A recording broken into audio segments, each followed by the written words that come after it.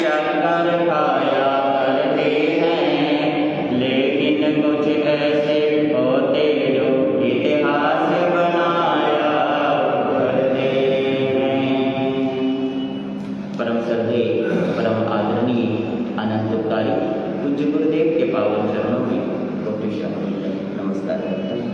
उपस्थित मोक्षाभिलाषी पुण्यवान आत्मा, आपके समक्ष प्रभु मित्रागी के अनमोल वाणी उस समय के रखने से पूर्व कुछ पंक्तियां हैं, सभी ध्यान से सुनेंगे और मिलकर के बोलेंगे।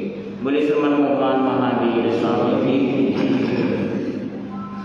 हरि ओम हरि ओम, हरि ओम हरि ओम, हरि ओम हरि ओम, हरि ओम हरि ओम, हरि ओम हरि ओम, हरि ओम हरि ओम, हरि ओम हरि ओम, हरि ओम हरि ओम। लगे आग लंका में हलचल मची है, विभीषण की कोटिया कैसे बची है। लगे आग लंका में हलचल मची है, विभीषण की कोटिया कैसे बची है।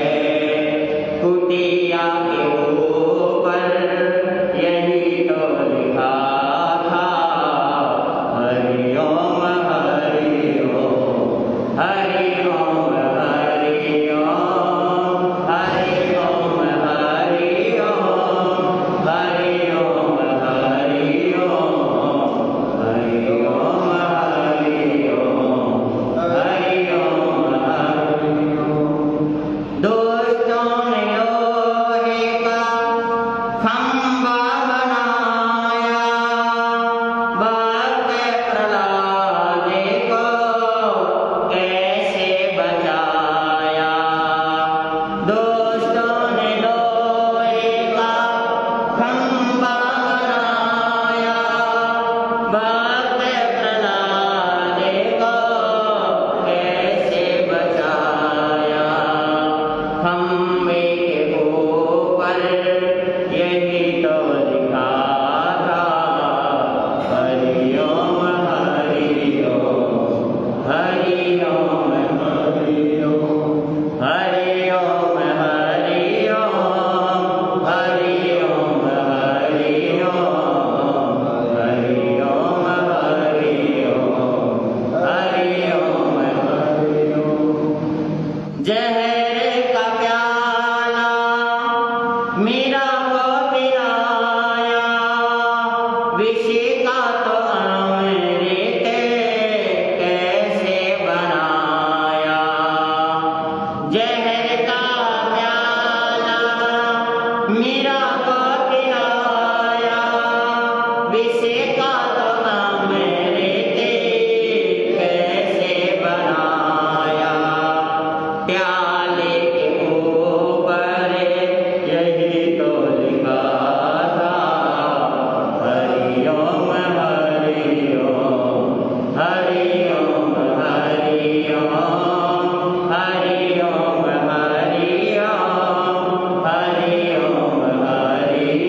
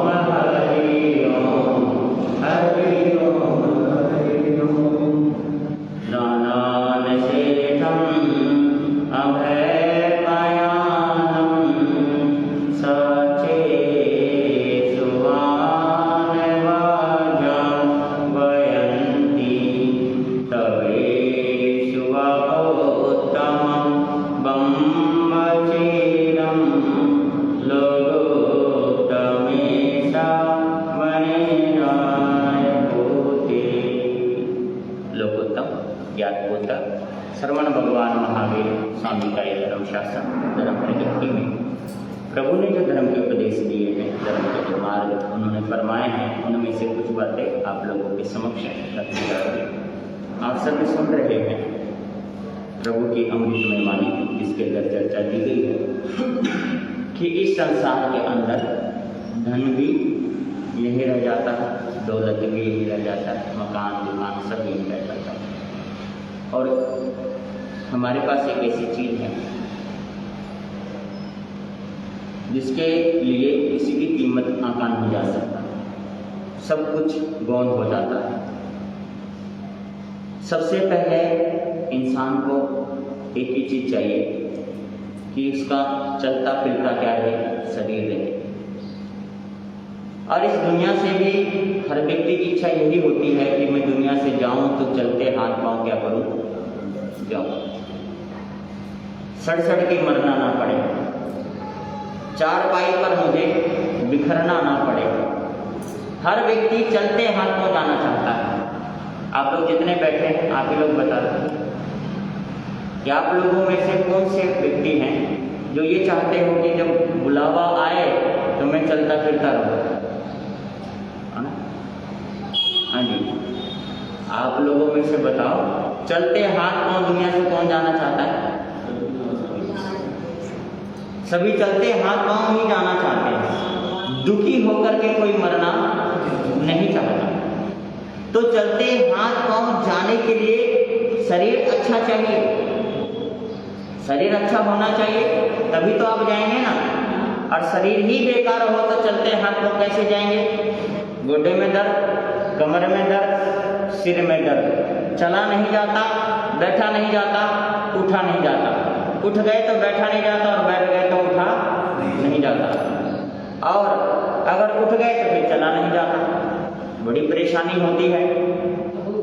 तो ये शरीर सबसे कीमती चीज है। क्या है? शरीर सबसे कीमती चीज है, सबसे पहला। इसलिए अगर भगवान से मांगना है, गुरु से मांगना है, मंदिर जाओ, कहीं भी जाओ, कुछ भी मत मांगो, मांगना नहीं चाहिए। जो मिला है उसे स्वीकार कर लो, जो कुदरत ने दी है उसे स्वीकार कर लो। चाहे उन्होंने सुख दिया है चाहे दुख दिया है, तो वो क्या कर लो? स्वीकार करो। खुशी से स्वीकार कर लोगे तो परमात्मा आपके साथ रहेगा, और अगर स्वीकार नहीं करोगे तो परमात्मा आपसे हमेशा ही दूर रहेंगे। इसलिए स्वीकार कर लो जो मिल रहा है। लेकिन फिर भी आप लोगों की आदत है मांगने की। मांगना है तो आप मांगो, उनसे बोलो, प्रार्थना करो, हे प्रभु मेरी काया कैसी रहे? हाँ जी, काया निरोग रहे, शरीर मेरा निरोग रहे, शरीर मेरा निरोग रहे। क्योंकि निरोग शरीर रहेगा तो आप घर का भी काम कर लेंगे, भगवान की भी सेवा कर लेंगे, गुरु की भी सेवा कर लेंगे। और अगर शरीर निरोग नहीं है तो आप कुछ भी नहीं कर पाएंगे, सिर्फ चारपाई पर क्या रहेंगे? पड़े रहेंगे। और पड़े पड़े मुंह ताकेंगे, कोई आकर के पानी दे दे, कोई आकर के खाना दे दे, कुछ भी दे दे, हम ताकते रहेंगे, लेकिन हमारे को कोई पूछेगा नहीं, हम देखते रहेंगे बस, और कुछ काम नहीं है। इसलिए शरीर निरोग चाहिए। और निरोग शरीर के लिए आपके सामने बात रखी थी मैंने। सबसे पहले कम खाना, अधिक भोजन नहीं करना, अधिक भूखा नहीं रहना, भक्ष्य पदार्थ नहीं खाना। 3 चीजें हो गई। अधिक चलना नहीं है, चलने से भी रोग आता है, क्योंकि जितनी कैपेसिटी है उससे ज्यादा चलेंगे तो इंजन तो गर्म होगा, परेशानी आएगी। इसके साथ साथ अधिक सोना नहीं, अधिक सोने से भी रोग लगता है। अधिक सो जाएंगे तो शरीर धीरे धीरे क्या होता जाएगा? आलस से बढ़ता जाएगा इसके अंदर। इसके साथ साथ अधिक जागना नहीं, अधिक जागने से भी शरीर आपका क्या नहीं करेगा? काम नहीं करेगा। अब आपको 3 चीजें और बता रहा हूं। 6 चीजें हो गई ना, 6 बातें हो गई, 3 और बताना है। 3 चीजें और नोट करना है, आप लोगों को दिमाग में भरना है। ये चीजें जो बातें आपको बता रहा हूं ये व्यवहारिक बातें हैं, परंतु ये व्यवहारिक बातें शास्त्र में लिखा है। कि किसी भी कार्य करने के लिए स्वस्थ होना बड़ी जरूरी है, स्वस्थ होना बहुत जरूरी है, नहीं तो कुछ भी नहीं है। तो अब आपको बता रहा हूँ 3 चीजें, जिसमें से सबसे पहली चीज है मल के वेग को रोकना, मूत्र के वेग को रोकना। आप सोचोगे कि भाई ये तो डॉक्टर की बात है, ये परिवार की बात है, लेकिन ये जो बात है ये भी ज्ञान की बात है कि मल के वेग को, तीव्रता को रोक देना, मूत्र के तीव्रता को रोक देना, ये भी रोग का कारण है। क्यों है रोग का कारण? क्योंकि आजकल जो रोग बढ़ रहे हैं, जैसे आजकल आप लोग जो है बच्चों का ख्याल नहीं रखते, डायपर यूज करते हैं सबसे ज्यादा, बच्चों के लिए डायपर यूज करते हैं, पहना दिया, अब उसी में गुमूत करे, पड़ा रहे, सड़ा रहे, अब वो पड़ा रहता सड़ता रहता। पहले जैसी माँ रही नहीं, पहले एक छोटा सा बच्चा अगर मुंह बनाता था तो माँ को पता लग जाता था कि इस समय टट्टी करेगा या पेशाब करेगा, और वो करवाती थी, फ्रेश करवाती थी और बच्चा आराम से रहता था।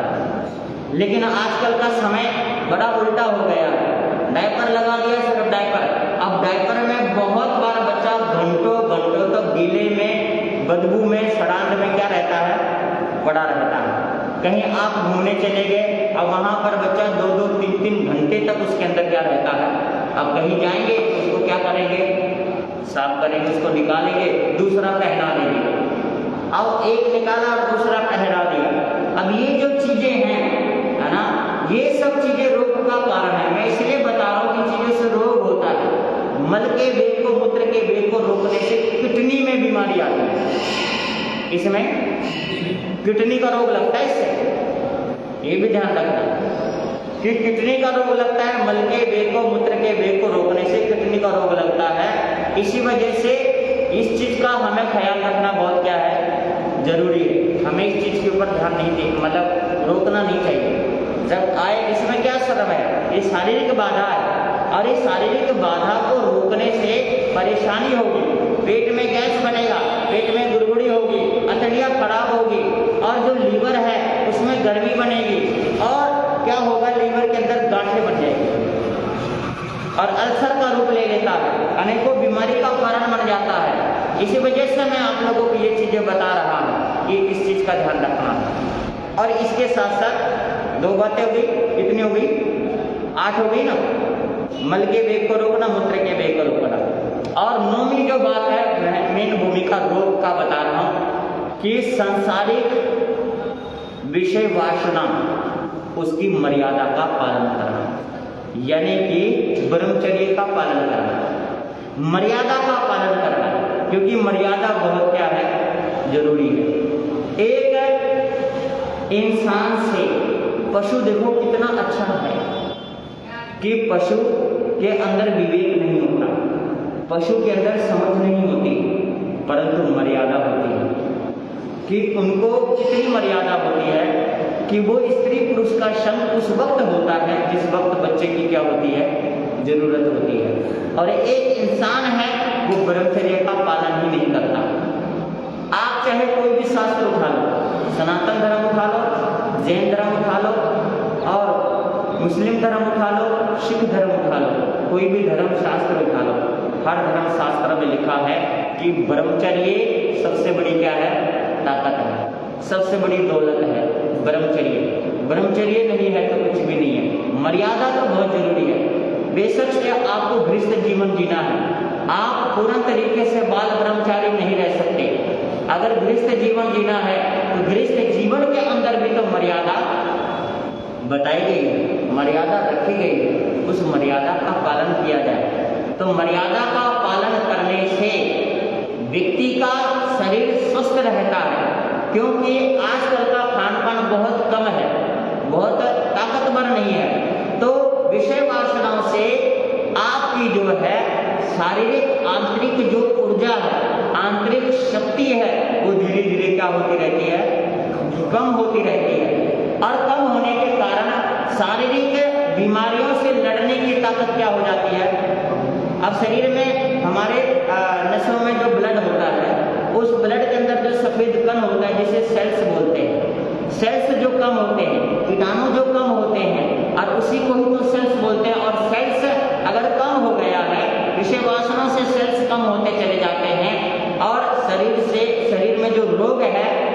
रोग से लड़ने की ताकत क्या हो जाती है हमारी, मंद पड़ जाती है।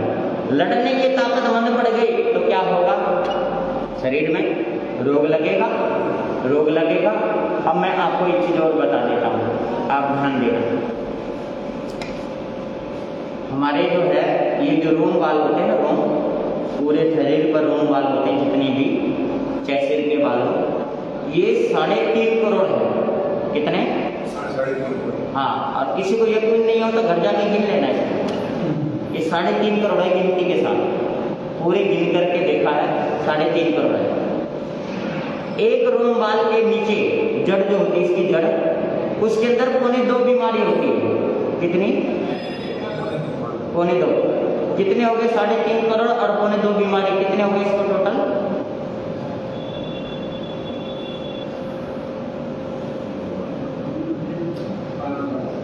गलत जी हिसाब लगाओ ना आपको।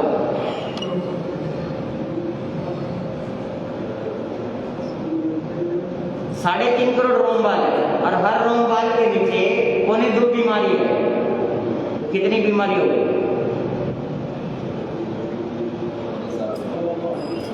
है जी?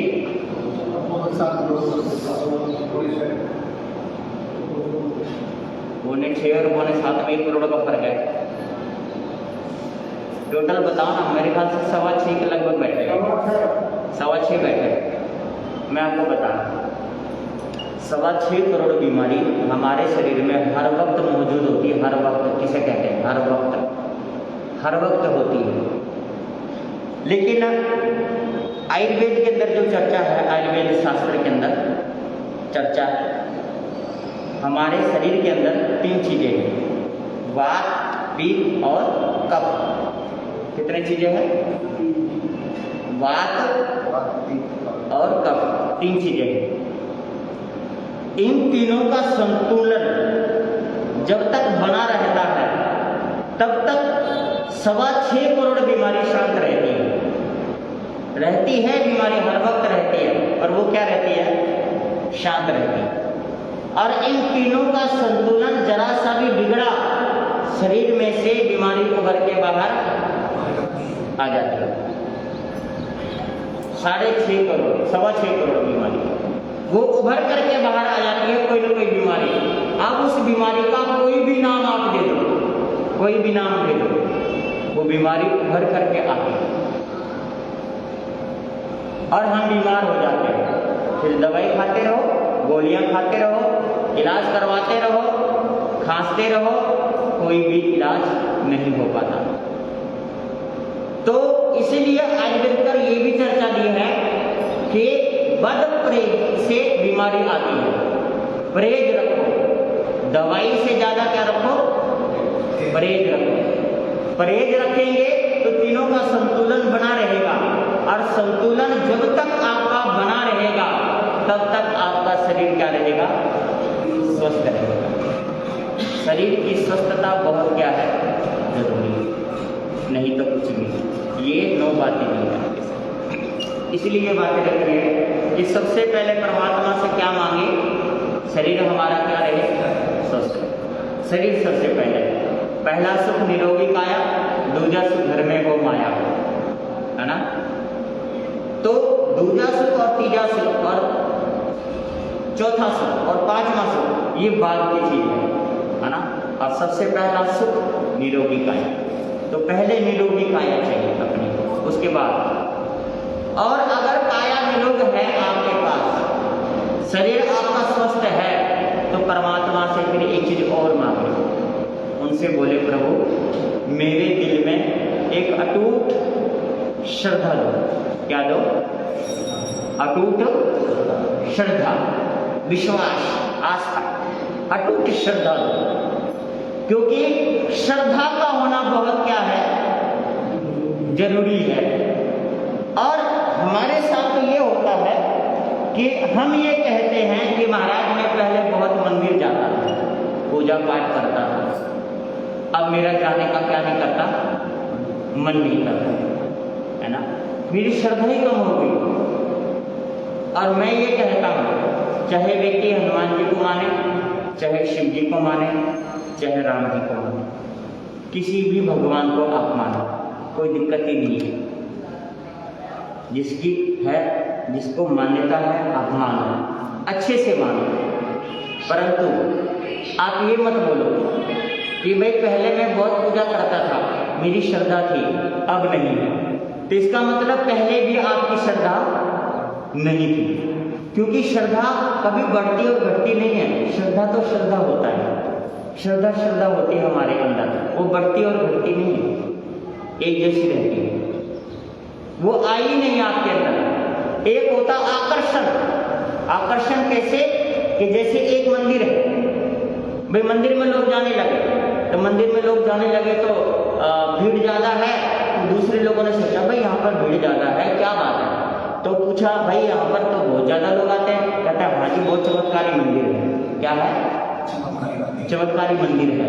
तो अच्छा भाई, फिर तो मैं भी जाऊंगा, है ना। वो भी आ गया। अब वो भी आ गया तो जिस दिन वो आया था उस दिन उसके पुण्य का उदय था। किसका? पुण्य का उदय था। वो आ गया तो मत्था टेक के गया, तो उसका एक काम बिगड़ा हुआ था, वो काम उस दिन उसका क्या हो गया है जी? पूरा हो गया। अब उसने सोचा भाई मेरी जिंदगी में क्या हो गया? बोलो ना, चमत्कार हो गया। अब वो अपने परिवार को, अपने रिश्तेदारों को, सबको उसने फोन घुमा दिया कि भाई तुम जगह जगह भटकते हो, जगह जगह भटकने की जरूरत नहीं, तुम आओ यहाँ पर एक बार मत्था टेको। भाई मैंने तो प्रैक्टिकल में मत्था झुका के देखा, मेरा काम क्या हो गया?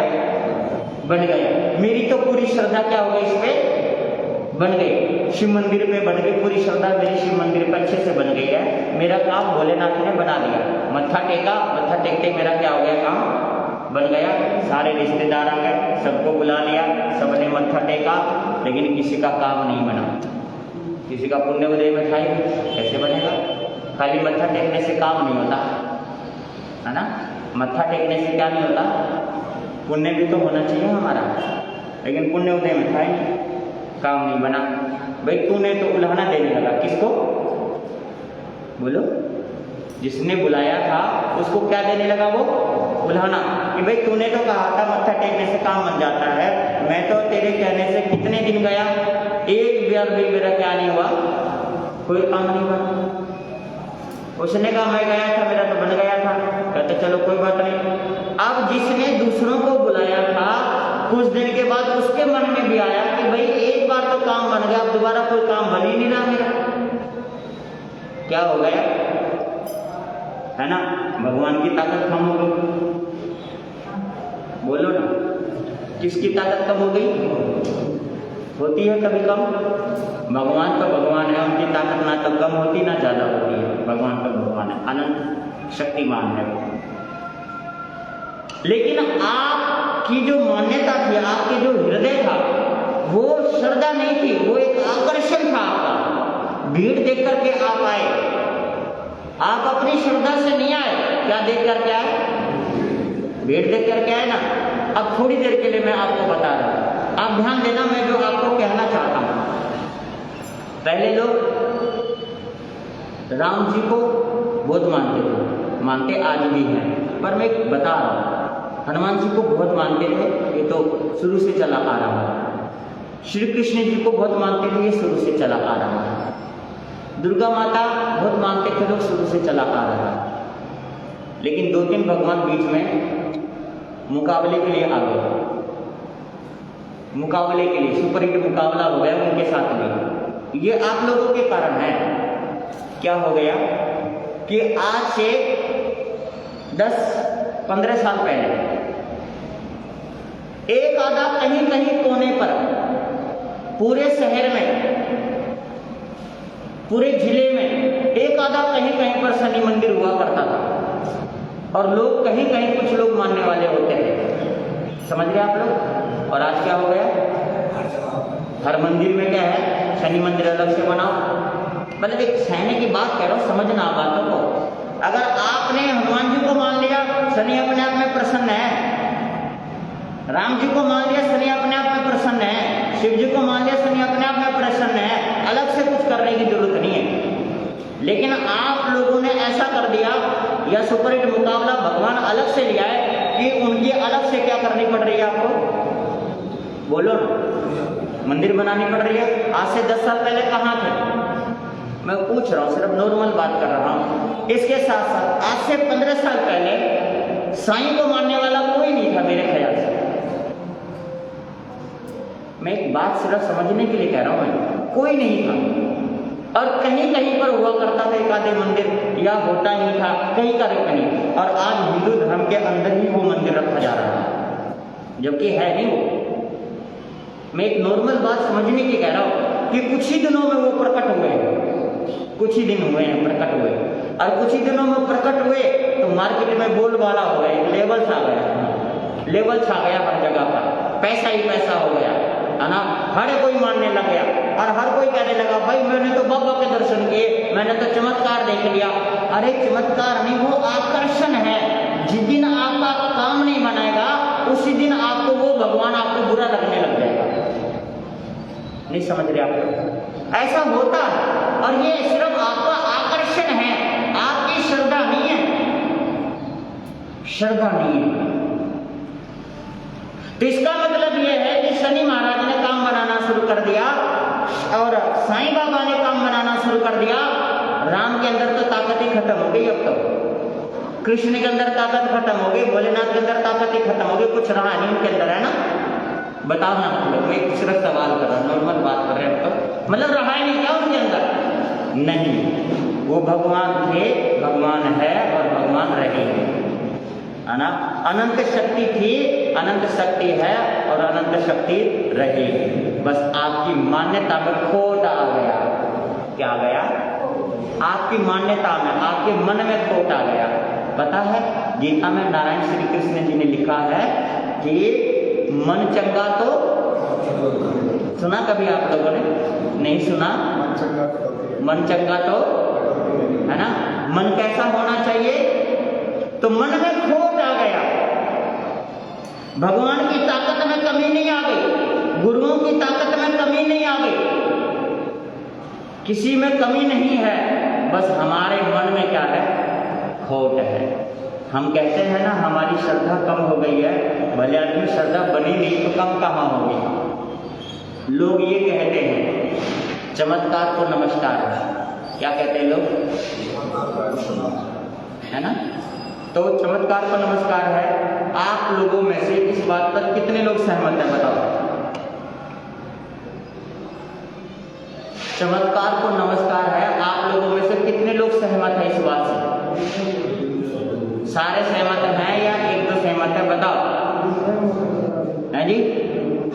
यही आपकी गलती है, ये सबसे बड़ी गलती है आपकी। चमत्कार को नमस्कार ये आकर्षण है, जहां चमत्कार को नमस्कार नहीं, जहां श्रद्धा से नमस्कार है वहीं पर चमत्कार, ये मान करके चलो कि चमत्कार को नमस्कार। इसका मतलब जहां चमत्कार है वहां नमस्कार, और जहां चमत्कार नहीं तो इसका मतलब आप ये है कि जहां पर चमत्कार नहीं होगा, यानी कि राम मंदिर आपने बड़े मन से बनाया, शिव मंदिर बड़े मन से बनाया, बड़ी श्रद्धा से पूजा करी और आपके जीवन में कोई चमत्कार नहीं हुआ, इसका मतलब आप शिव जी को नहीं मानेंगे उस दिन के बाद, क्योंकि चमत्कार तो कुछ हो नहीं रहा। बोलो, कुछ हो नहीं रहा। आप अपने अंदर टटोल करके तो देखो ना कि मेरी मान्यता में गलती हो गई है, मेरे करने में गलती हो गई है, मेरी मेहनत में खोट है, मेरा माला जाप करने में खोट है, शिव जी का नाम लेने में गलती हो गई है, हनुमान जी का नाम लेने में गलती हो गई है। श्रद्धा नहीं है, भक्ति नहीं है। आपको एक चीज होगा, आप ध्यान देना। एक जगह पर एक पंडित जी कथा कर रहे थे, तो दिन का समय था, लगभग 3-4 बजे का समय, 4 बज गए हैं। बहुत लोग थे। एक किसान खेत में से आ रहा था, अपने बैलों को हाँकता हुआ, हल कंधे पर रख रखा था, आ रहा। आते आते भीड़ देखी, पंडित जी को कथा करते हुए देखा, वो भागवत कथा। बैठ गए। किसान भी बैठ गए कि चलो भाई चलते चलते 10 मिनट में भी क्या सुन लूँ, कथा सुन लूँ। तो जब वो कथा सुन रहे थे तो कथा सुनते सुनते उन्होंने क्या सुना कि विष्णु भगवान के 108 नाम हैं, जिसमें से एक नाम है गरुड़ ध्वज। क्या नाम है? गरुड़ ध्वज। यानी कि गरुड़ के ऊपर सवारी करने वाले भगवान जो थे उनका नाम पड़ गया था। क्या पड़ गया था? गरुड़ ध्वज। साथ में पंडित जी ने ये कहा कि भगवान के 108 नाम है, अगर एक नाम भी व्यक्ति अगर श्रद्धा से जप ले तो उसका हृदय पवित्र हो जाता है। किसान ने बात को दिमाग में बैठा लिया और अपने घर चल पड़ा। अब वो घर चलते चलते गरुड़ ध्वज, अनपढ़ था किसान तो किसान अनपढ़ था। गरुड़ ध्वज गरुड़ ध्वज गरुड़ ध्वज करते करते उसने उस नाम का बना दिया खरड़खच। क्या बना दिया? गरुड़ ध्वज का क्या बना दिया? खरड़खच बना दिया। अब वो उठते बैठते सोते जागते हर समय क्या जपता था? वो खरड़खच। बैल को बोला, हाँ भाई चल भाई खरड़खच, खेत में चलते हैं काम करना। खाना लेके आ गए घर वाले, हाँ भाई खरड़खच रोटी ले आई, हाँ जी ले आई। सोते समय भी जागते समय भी उठते बैठते हर समय, लेकिन उसके हृदय में एक श्रद्धा सी बन गई थी कि भाई ये जो मैं नाम ले रहा हूँ ये किसका नाम है? भगवान का नाम। भगवान का नाम उसके हृदय में बैठ गया और बड़े मन से उसका नाम क्या करने लगा? जपने लगा। बड़े मन से उसके मन में ही बैठ गया। अब जो देखिए मैं आपको बात बताने जा रहा हूँ। एक बार कैलाश पर्वत पर शिव जी और पार्वती जी आराम से बैठे थे तो ऐसे बैठे थे नॉर्मली। शिव जी को मुस्कान आ गई, मुस्कुरा। पार्वती कहने लगी प्रभु आप क्यों मुस्कुराए? तो कहता है बोली मैं क्या बताऊं, मेरा एक भगत है, 108 नाम तो है, उसने 109वां नाम बना दिया, नाम मेरा बिगाड़ दिया उसने। तो कहता है महाराज प्रभु एक तो उसने आपका नाम बिगाड़ा, आप उसको भगत बोल रहे हो। कहता नहीं, बेशक से वो नाम गलत ले रहा है परंतु वो श्रद्धा से ले रहा है, मतलब हृदय से ले रहा है। उसके मन में कोई स्वार्थ नहीं है, कोई डिमांड भी नहीं है, कुछ नहीं है, उसके श्रद्धा से ले रहा है। और श्रद्धा से लेने से उसका हृदय क्या हो गया है? पवित्र हो गया है। और हृदय पवित्र हो गया तो मुंह से जो भी बोलता है वो सत्य होता है। तो पार्वती कहने लगे ऐसा कौन सा भगत है, मैं तो नहीं मानती। भाई मानना तो पड़ेगा, भगत है वो मेरा, मैं मान रहा हूँ कि मेरा भगत है वो और मैं उसकी भक्ति से प्रसन्न हूँ बहुत ज़्यादा। तो उस समय वो पार्वती जी कहने लगी नहीं मुझे नहीं विश्वास होता, मैं तो परीक्षा लूँगी। तो कहता चलो ले लो परीक्षा। तो पार्वती जी मतलब जो देवी का रूप था वो हटा करके स्त्री का रूप, सामान्य स्त्री का रूप धारण कर लिया और धारण करके वो किसान के खेत में पहुंच गई और जाकर के बैल के आगे खड़ी हो गई ऐसे करके। तो बैल रुक गए, दोनों बैल रुक गए। अब किसान तो हल चलाते हुए भी जम रहा था खरड़खच खरड़खच।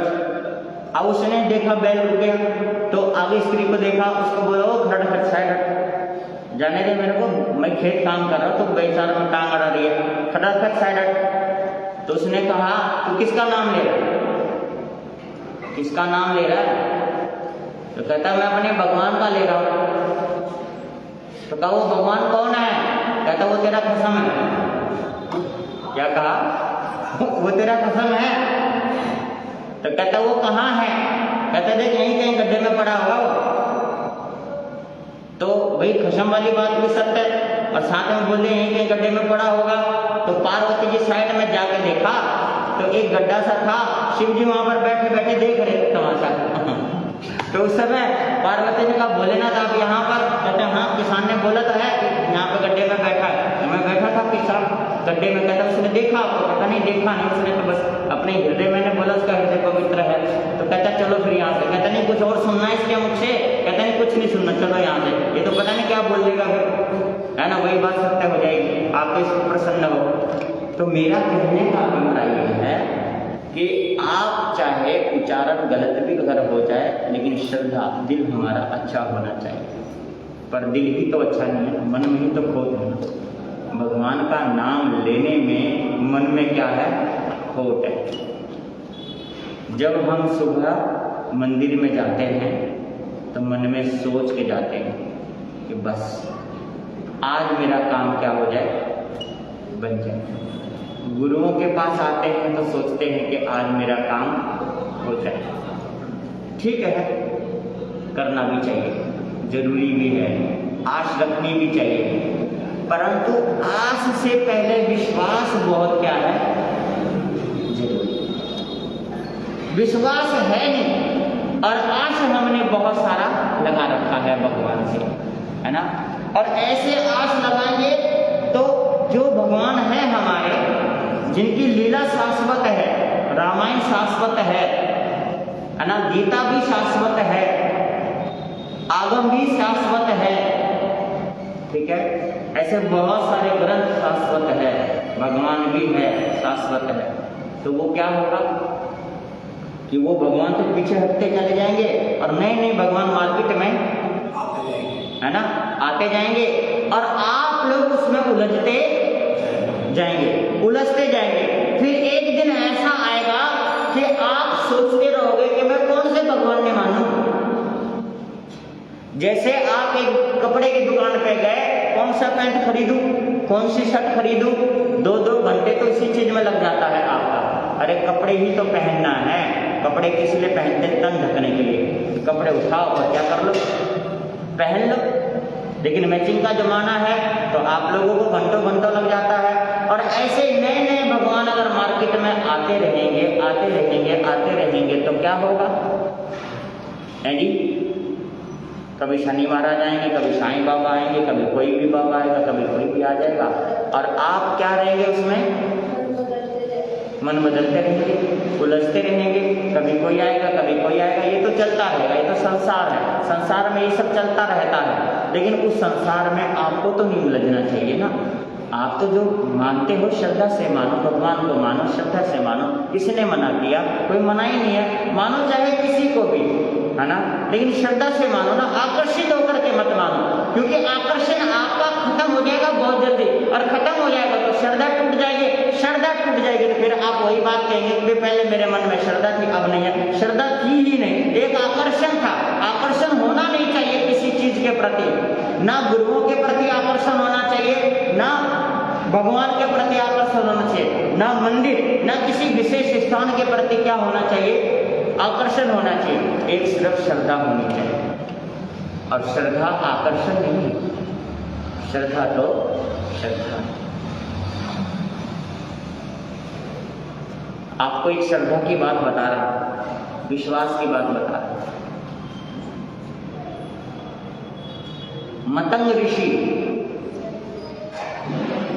माता सबरी से कहते कहते दुनिया से चले गए कि पुत्री तुम इंतजार करना, प्रभु राम आएंगे। आपने एक चीज सुनी होगी कि प्यासे को कुएं के पास जाना पड़ता है। किसको? कुएं के पास। कुआं कभी प्यासे के पास आया? पर आया ना, प्यासा कुएं के पास चल के आया। मतंग ऋषि ने बोला पुत्री इंतजार करना, कौन आएंगे? भगवान आएंगे। तो सबरी माता प्यासी थी, दर्शनों की प्यासी, प्रवचन की प्यासी, अभिलाषी थी। वो इंतजार कर रही है, पर कब आएंगे ये नहीं पता, पर आएंगे इतना पता। विश्वास, विश्वास, गुरु के वचन पर विश्वास, श्रद्धा गुरु के वचन पर। शास्त्र ये कहता है 10,000 वर्ष तक सबरी माता ने क्या किया? किसका? रोजाना बुहारी लगाती, फल तोड़ती, फूल बिछाती और इंतजार करती, कौन आएंगे? प्रभु राम आएंगे, मेरे राम आएंगे। रोजाना एक ही भाव था, भाव भी चेंज नहीं होने दिया, मन की श्रद्धा चेंज नहीं होने दी, मन की श्रद्धा बदलने नहीं दी। और आज आप लोग तो तो एक दिन भी इंतजार नहीं करते, दूसरे दिन ही क्या हो जाता है, डामाडोल हो जाता सारा कुछ। एक दिन जल चढ़ाया है जी, एक दिन जल चढ़ाया, भाई 5-7 दिन हो गए। एक भगत था जी, मैं आपको बता रहा हूँ, एक भगत आया, कहने लगा महाराज मेरा काम नहीं बन रहा, ले भाई जा पर कितने दिन महाराज, 41 दिन करना है भाई। तो कहता अच्छा महाराज मैं 41 दिन कर लूंगा, है ना। तीसरे दिन अरिहंत के पास फोन आ गया, गुरु महाराज को बोलो 3 दिन हो गया अभी तक कुछ नहीं हुआ। मैंने कहा तेरा कुछ होगा भी नहीं। होगा भी नहीं। अब बताओ, आप लोगों की श्रद्धा ऐसी है, भगवान की भक्ति करते हो, लेकिन आपने क्या करा, श्री राम, जय हनुमान, जय भोले की, श्री महावीराय नमः, नमोकार मंत्र आपने जाप किया और इधर झांक के देखेंगे, है ना, कोई देवता आ रहा है नोटों के बंडल लेकर के। तो मतलब मंत्र जाप करते ही आप चाहते हो कि मेरा काम बने। श्रद्धा तो रखो। शबरी माता ने 10,000 वर्ष तक इंतजार किया और राम स्वयं चल करके उनके दरवाजे पर आए। शबरी बेलनी की, बड़े बड़े ऋषि में, ऋषि का आश्रम था पास में। सबने सोचा मेरे आश्रम में आएंगे, लेकिन किसी के आश्रम में वो नहीं गए। कहाँ गए सीधा, क्योंकि जहां श्रद्धा थी, क्योंकि साधु के बारे में कहा, भगवान के बारे में कहा, साधु भूखा भाव का, धन का भूखा, जो धन का भूखा वो साधु। बस ये चीजें हमें ध्यान में रख करके चलना है। समय आप लोगों का हो चुका है, अपनी श्रद्धा भक्ति बढ़ाने का प्रयास करें। कल फिर आपके सामने बात रखेंगे और भी समय के अनुसार आप सभी पहुंचेंगे, क्योंकि ये प्रवचन का सिलसिला इसलिए प्रारंभ किया, आप सभी जितने भी हैं पड़ोस में सबको बोले, एक दूसरे को बोले, ताकि प्रवचन सभा में आकर के प्रवचन का लाभ ले। और इसके साथ साथ आने वाले समय में 15 मई दिन रविवार यहाँ पर इस प्रांगण को, इस भवन को जिस मंतव्य से बनाया गया था, जिस सोच से बनाया गया था कि यहाँ पर लोगों की सेवा हो, यहाँ पर एक डिस्पेंसरी, एक लैब खुले, एक अस्पताल चले, यहाँ पर जो चैरिटेबल है, लोगों की सेवा हो, हर बीमारी का इलाज हो, वो ओपनिंग उस दिन होगी। और उस दिन जो है फ्री में बॉडी चेकअप होगी, फ्री में आंखों का चेकअप होगा और एक ब्लड डोनेशन कैंप, जो व्यक्ति ब्लड देना चाहे ब्लड दे सकता है, पूरे शरीर के चेकअप करवा सकता है, बीमारियां कोई भी होगी आपका इलाज होगा, आपको दवाई दी जाएगी। इसके साथ साथ एक सार्वजनिक भंडारा किया जाएगा। उस भंडारे में सारे व्यक्ति आ सकते हैं, घर का बाहर का जितने भी मेंबर है सब आ सकते हैं, सब उसमें भंडारे में लाभ ले सकते हैं। इसलिए आपको उस कार्यक्रम में पूरा लाभ लेगा। उस दिन से यहाँ पर रोजाना डॉक्टर की व्यवस्था होगी, आप लोगों की सेवा होगी। इसके साथ साथ उसी दिन ऊपर जो एक मंदिर का शिखर बनाया गया है, इसके अंदर उसमें कलशारोहण होगा और उसमें कलश यात्रा निकाली जाएगी। उस कलश यात्रा के लिए माताएं बहनें अपना अपना नाम लिखवा सकती है। यहाँ पर 2 या 3 रंग की साड़ी मंगवाई गई है और आप लोगों के लिए, माताओं के लिए, तो वो यहाँ से कलेक्ट कर सकते हैं, ले सकते हैं और उसकी तैयारी कर सकते हैं। कलश यात्रा में भी माताएं बहनें पड़ोस में जितनी भी माताएं बहनें सब यहाँ से ले सकते हैं और उसकी तैयारी कर सकते हैं। सारे जने इस चीज का पूरा ख्याल रखेंगे। समय आप लोगों का हो रहा है, सभी प्रवचन का समय अनुसार सभी लाभ लेते रहेंगे। अब सभी अपने अपने स्थान में खड़े हो जयकारा बोलेंगे, मंगल पाठ सुनेंगे।